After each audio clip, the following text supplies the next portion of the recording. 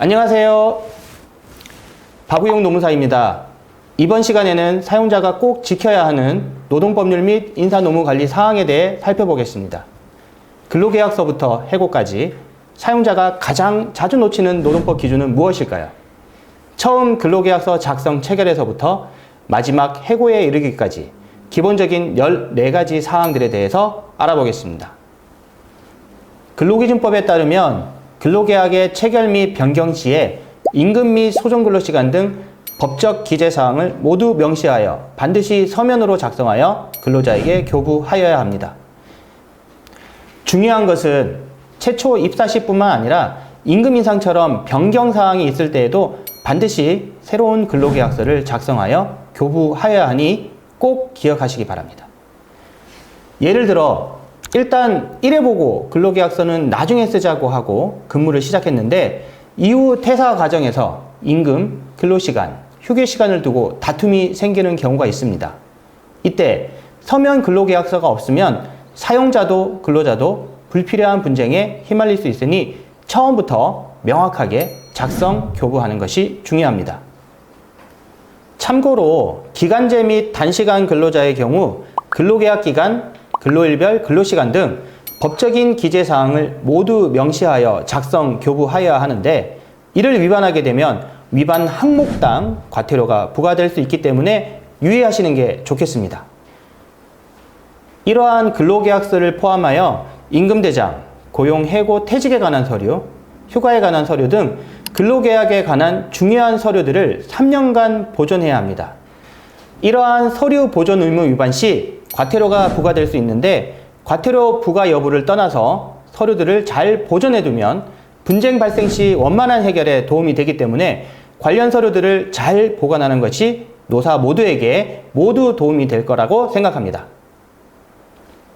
사용자는 근로시간 4시간인 경우에는 30분 이상, 8시간 이상인 경우에는 1시간 이상의 휴게시간을 근로시간 도중에 주어야 합니다. 이러한 휴게시간은 근로자가 사용자의 지휘 명령에서 완전히 해방되어 자유롭게 이용할 수 있어야 합니다.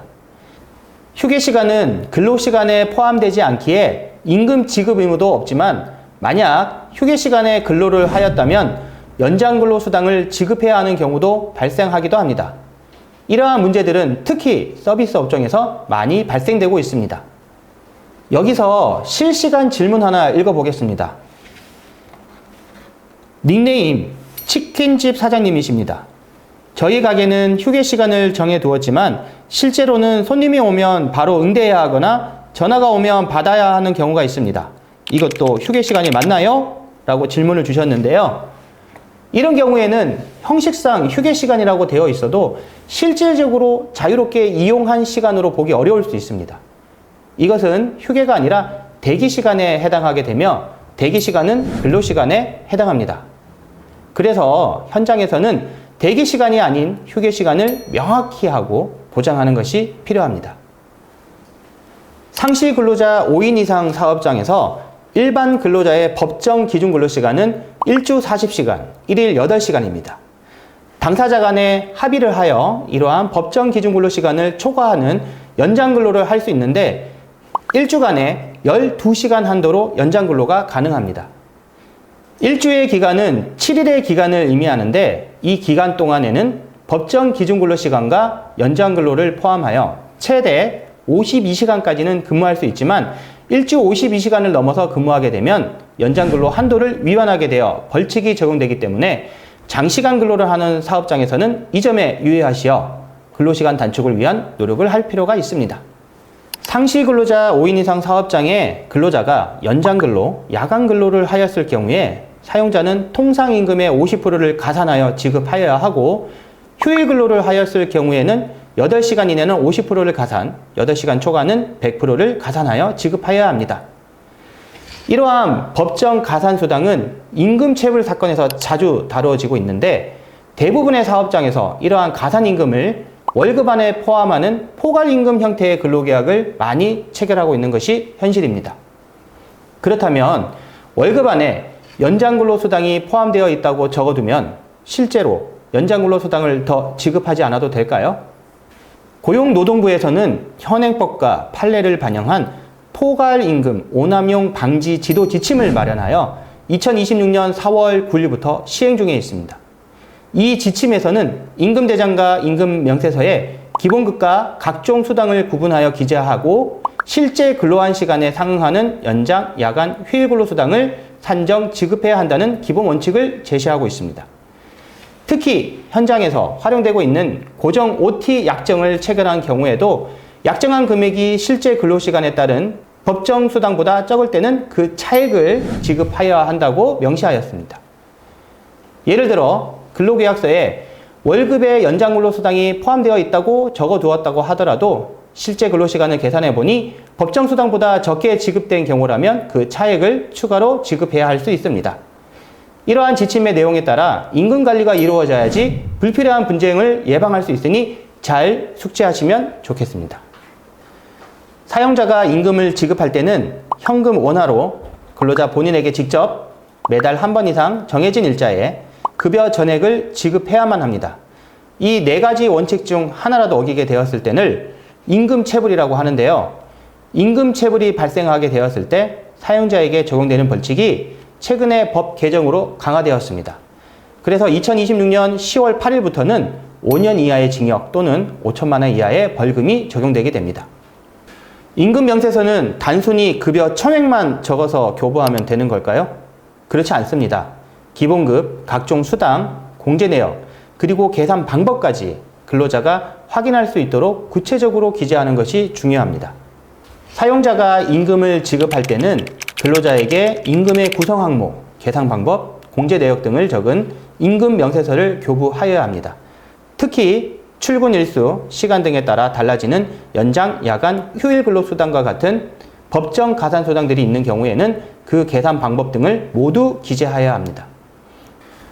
그래서 현장에서는 근로시간 관리를 철저히 하는 것이 임금명세서 교부 의무뿐만 아니라 앞서 설명드린 포괄임금 오남용도 방지하는 방법이 될 것입니다.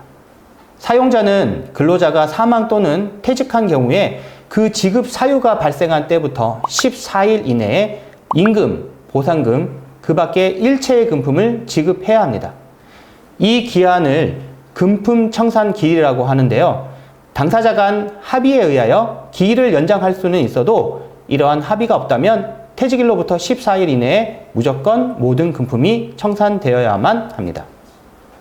임금체불은 임금 지급 4대 원칙을 위반하거나 금품 청산 기일을 위반한 경우를 말하는데요. 임금채권 소멸시효가 3년이 지나 민사적으로 사용자가 체불 임금에 대한 지급 의무는 없어진다고 하더라도 공소시효는 5년이기에 공소시효 내에는 임금체불 등 법 위반에 따른 형사처벌은 가능하기에 벌칙이 적용될 수 있으니 유의하시기 바랍니다. 직장 내 괴롭힘이란 직장 내의 지위 또는 관계 등의 우위를 이용하여 업무상 적정 범위를 넘어 다른 근로자에게 신체적, 정신적 고통을 주거나 근무 환경을 악화시키는 행위를 말합니다. 근로기준법에서는 이를 금지하고 있고 사용자 및 사용자의 친족인 근로자가 괴롭힘 행위를 하였을 경우 과태료를 부과하고 있습니다. 직장 내 괴롭힘이 발생하여 신고, 접수, 인지하게 되면 사용자는 지체 없이 객관적인 사실 확인 조사를 해야 하고 필요한 경우 피해자에게 보호 조치를 하여야 합니다. 또한 피해 근로자 및 신고자에게 해고나 그 밖에 불리한 처우를 하면 벌칙이 적용될 수 있기에 이러한 일이 없도록 주의하셔야겠습니다. 직장 내 성희롱이란 직장 내의 지위를 이용하거나 업무와 관련하여 성적인 언동 등으로 성적 굴욕감 또는 혐오감을 느끼게 하거나 그에 대한 불응을 이유로 고용상 불이익을 주는 것을 말합니다. 남녀고용평등법에서는 이를 금지하고 있으며 앞으로 과태료 부과 대상이 사용자 및 사용자의 친족인 상급자, 근로자에게까지 확대될 예정입니다. 직장 내 성희롱의 경우에도 신고, 접수, 인지하게 되면 사용자는 지체 없이 객관적인 사실 확인 조사를 해야 하고 피해 근로자에게 적절한 조치를 하여야 합니다.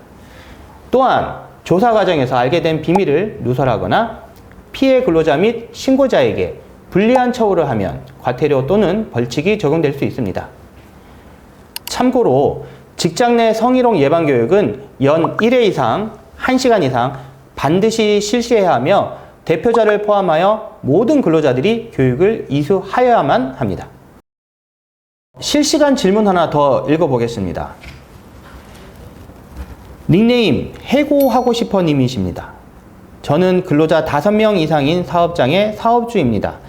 저희 직원이 지금 8일째 무단결근하고 연락 두절인 상황인데 혹시 해고해도 되나요? 라고 질문 주셨습니다. 정말 머리 아프실 것 같은데요. 정당한 사유가 있다고 해서 사업주가 바로 직원을 해고해도 될까요? 근로기준법에 따르면 사용자는 정당한 이유 없이 근로자를 해고할 수 없습니다.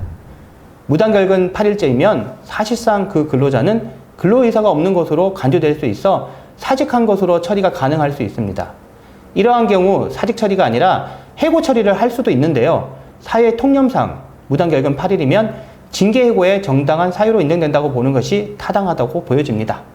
그러나 이렇게 정당한 해고 사유가 있더라도 일정한 기간 동안은 해고가 제한됩니다. 근로자가 업무상 부상 또는 질병으로 요양을 위하여 휴업한 기간과 그 후 30일 또는 산전 산후 여성의 출산 전후 휴가 기간과 그 후 30일 동안은 해고를 할 수 없습니다. 이 기간을 절대적인 해고 금지 기간이라고 하는데요. 이를 위반하면 정당한 해고 사유가 있더라도 해당 해고는 무효가 될 수 있고 사용자는 벌칙 적용을 받을 수 있으니 반드시 주의하실 필요가 있습니다. 한편 해고에 정당한 사유가 있더라도 근로자의 생계 보호를 위해 30일 전 해고 예고를 하여야 하고 30일 전에 예고하지 않는 경우에는 해고일 전까지 31분 이상의 통상임금을 해고 예고수당으로 지급하여야 합니다. 그렇다면 30일 전에 해고 예고만 하면 그 해고는 정당한 해고가 되는 걸까요? 여기서 많이들 현장에서 헷갈려 하시거나 오해를 하시는데요. 해고 예고 의무를 다 하였다고 해서 그 해고가 정당해지는 것은 아닙니다. 다시 말해 해고 예고를 하거나 해고 예고 수당을 지급했다고 해서 해고의 정당성이 인정되는 것은 아니라는 것이죠. 또한 부당하게 해고했다가 이후 해고를 취소하고 원직 복직시킨 경우에도 해고 예고 의무를 위반한 사실은 별도로 문제가 될 수 있습니다. 이렇게 해고 예고와 해고의 정당성 판단 문제는 완전히 별개의 사안이라고 보시면 이해가 되실 겁니다. 지금까지 사용자가 꼭 지켜야 하는 노동법률 기본 14가지 사항에 대해 알아보았습니다. 이상으로 마치겠습니다. 감사합니다.